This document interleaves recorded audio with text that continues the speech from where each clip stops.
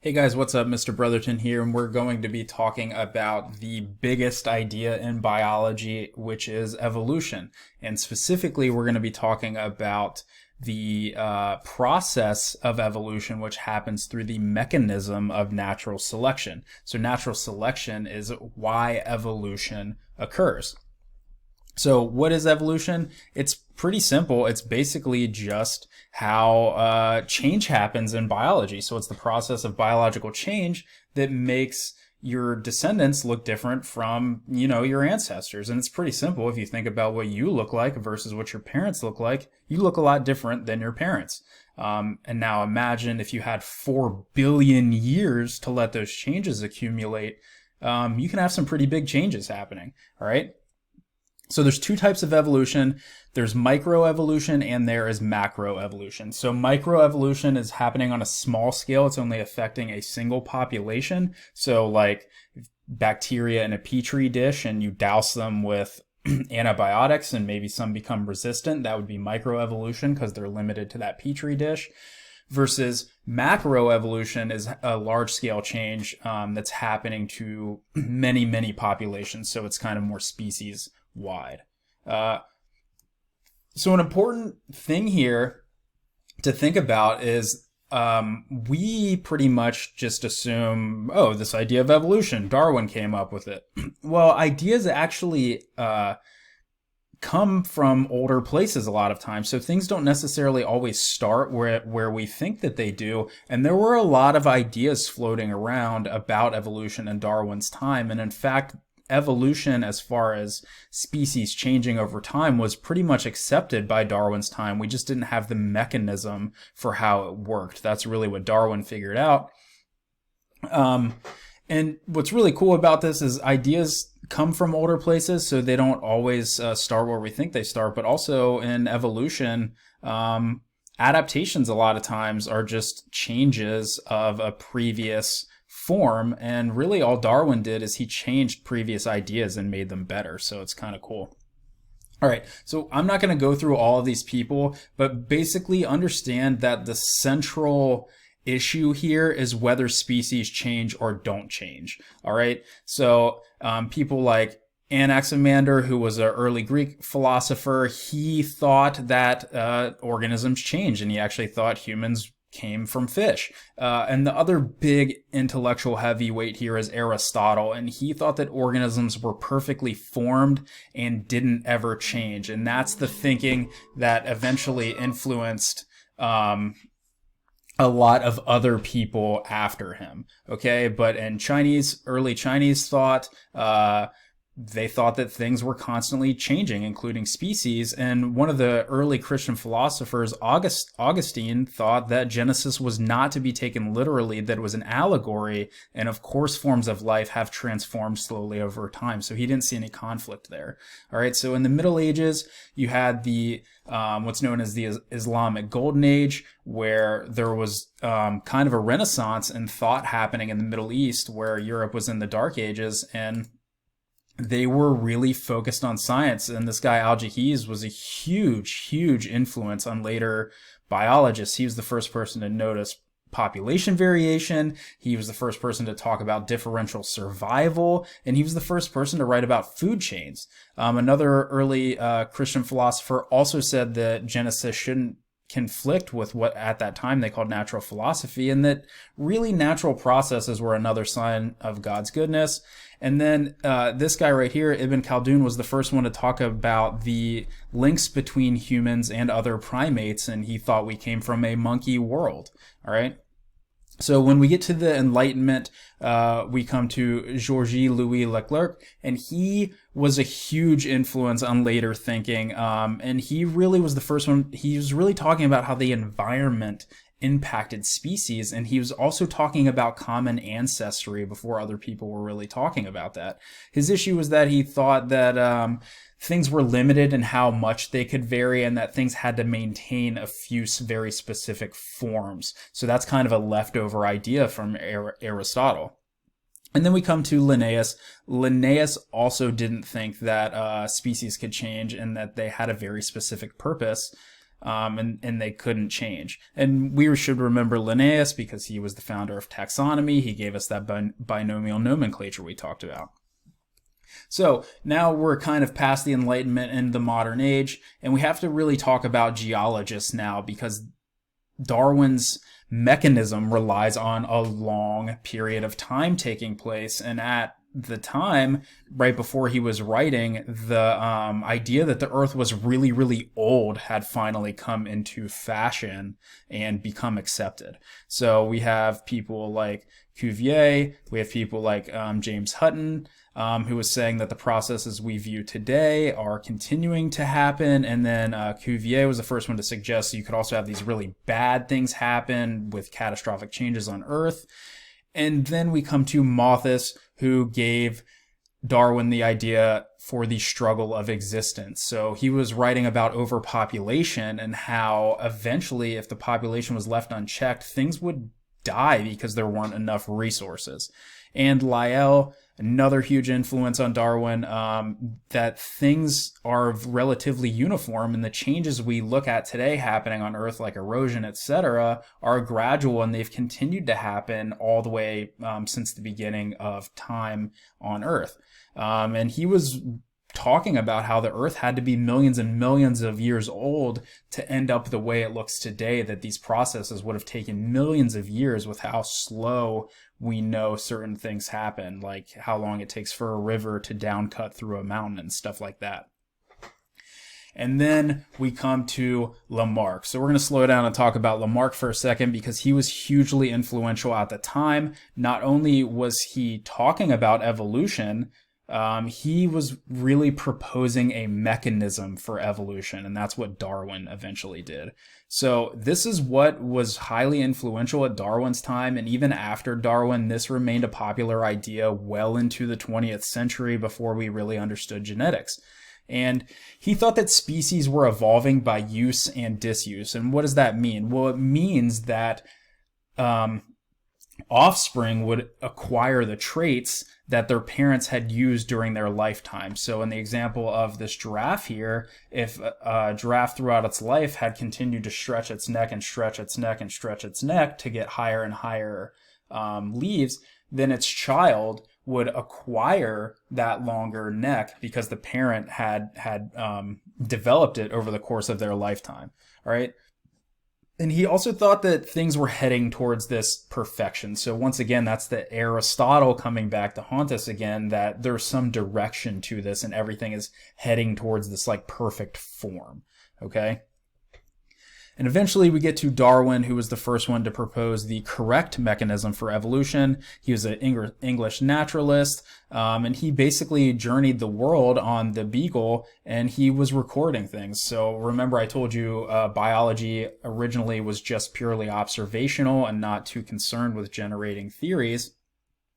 He was of that kind of same ilk. He was just going around observing things and cataloging things the same way Linnaeus was. But he made so many observations that he started putting these ideas together, and now he's able to take all of these facts and stuff and start generating a theory. So remember, a theory is something that explains phenomenon. So it is a bigger idea. It's an explanation. So it's better than a fact. All right. So one of the things he really noticed is that things on islands really resembled things on the mainland, and he started to notice there had to be some relationship there.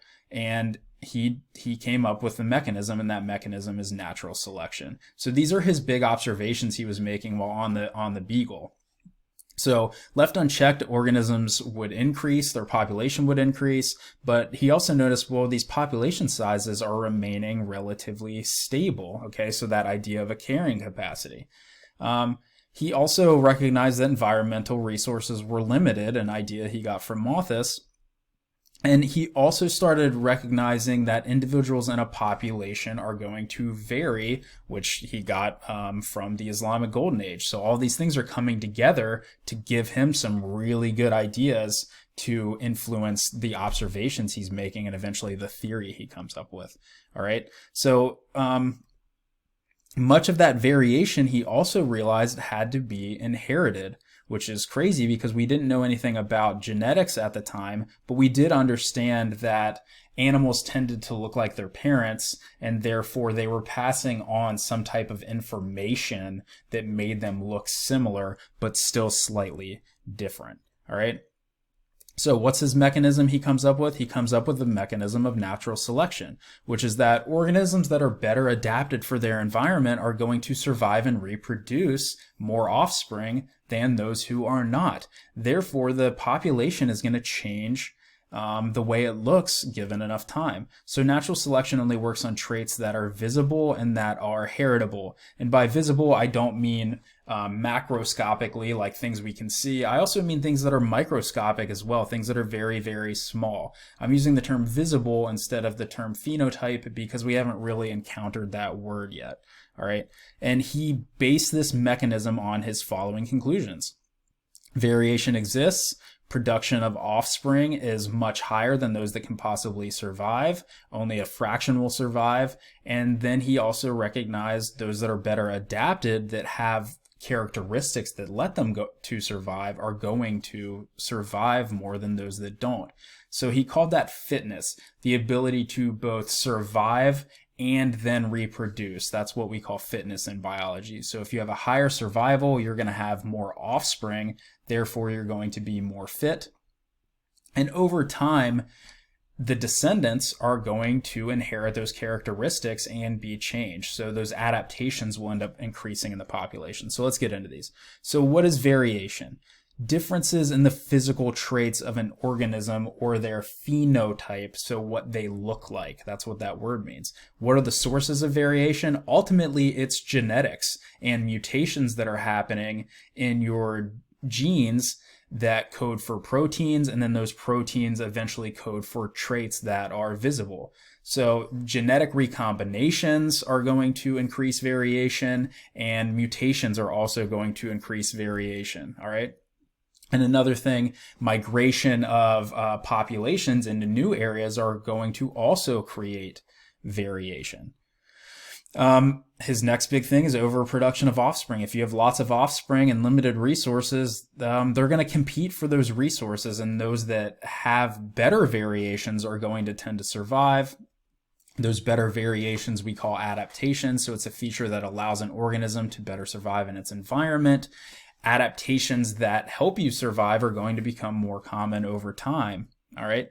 And that's going to change the gene pool. So the gene pool is the total genes in a population, and it's the combined alleles of all individuals in a population. So this word allele we haven't encountered yet, but an allele is what specifically that gene looks like. Okay, so a gene codes for something. So let's say you have a gene that codes for ice cream. The allele is the specific flavor of that ice cream. Okay, so a gene, let's say a gene makes ice cream. The allele is what type of ice cream it makes. So the allele for the ice cream gene would be whether it's a chocolate allele or a vanilla allele or a pistachio allele. All right, so if we actually talk about real traits in organisms, we have alleles that make eyes blue, or we have alleles that make eyes brown, we have alleles that make eyes green. So the gene is for eye color, the allele is the specific color of that, okay? So that's the variation we're talking about. And over time, the gene frequency is going to be changing, so alleles that are slightly better, so let's pretend brown eyes are better than blue eyes, so brown eyes are going to increase in the population and blue eyes are going to decrease in the population. So natural selection is going to lead to populations with new phenotypes or new traits that are better adapted to new situations or to their environment. So those traits are going to be inherited from their ancestors, and those beneficial traits are going to become more common over time. Here's our basic summary of everything we just talked about. This is a super handy dandy little graphic. So we have variation, okay, like a yellow and brown butterfly. We're going to have competition because there is differential survival. So there's competition. There's too many offspring. Not all of them can survive. Those that have better adaptations, in this case being brown because you blend into the log, are going to survive at higher rates. Therefore, they're going to reproduce at higher rates. And that's what natural selection is. So that brown allele is going to increase in frequency, whereas that yellow allele is going to decrease in frequency. So variation, competition, adaptation, and selection. So let's talk about selection and what it does and how it changes organisms over time, because that's really what evolution is, the change in organisms. So we have three modes. We have directional selection, which is going to increase the expression of an extreme trait in a population. So let's say most moths have light-colored wings, but dark moths start to appear. If the trees are dark, then the darker colored moths are going to reproduce at a higher rate. Okay, so you can see here, directional selection is moving the entire gene pool in one direction. So it started here and now it's going this way. We can also have disruptive selection. So that's where it's basically splitting a population into two groups and removing the intermediate individuals. So if we think about snakes that live on rocks are gray, they will survive, and then the snakes that live on the grass that are green will survive. And if you imagine a gray-green snake, well, it's going to have an intermediate coloring, and it's going to be disadvantaged because it's going to stand out in either environment those snakes can live in. All right, so disruptive selection is another mode, and we can also come to stabilizing selection. So that's going to eliminate extreme traits and lead to a more average expression, and that those are going to have higher fitness. So human babies, baby weight is usually within a certain thing, and a good example of stabilizing selection is actually human head size. For millennia, the heads of humans have increased, and the head size of humans has increased and increased and increased due to directional selection. Okay, but now we're at a point in stabilizing selection because human heads have gotten too big to give birth to, so that needs to be stabilized. All right. So allele frequencies. These variations are going to be caused by alleles. Remember, an allele is a different version of a gene, okay? So you can have a gene for eye color, but the allele is the specific eye color. So that's what's causing those variations. And ultimately, what's changing over time is the frequency that certain alleles show up, okay? So it's basically the number of times it's going to appear in the population or how common it is. Okay, so the greater the frequency, the greater the allele there is, all right? And therefore, the more common that trait is. So if we think about blue eyes, brown eyes, green eyes, those are all pretty common alleles. But I actually have a friend with yellow eyes. So that's a pretty uncommon allele. That's pretty low in frequency in our human population.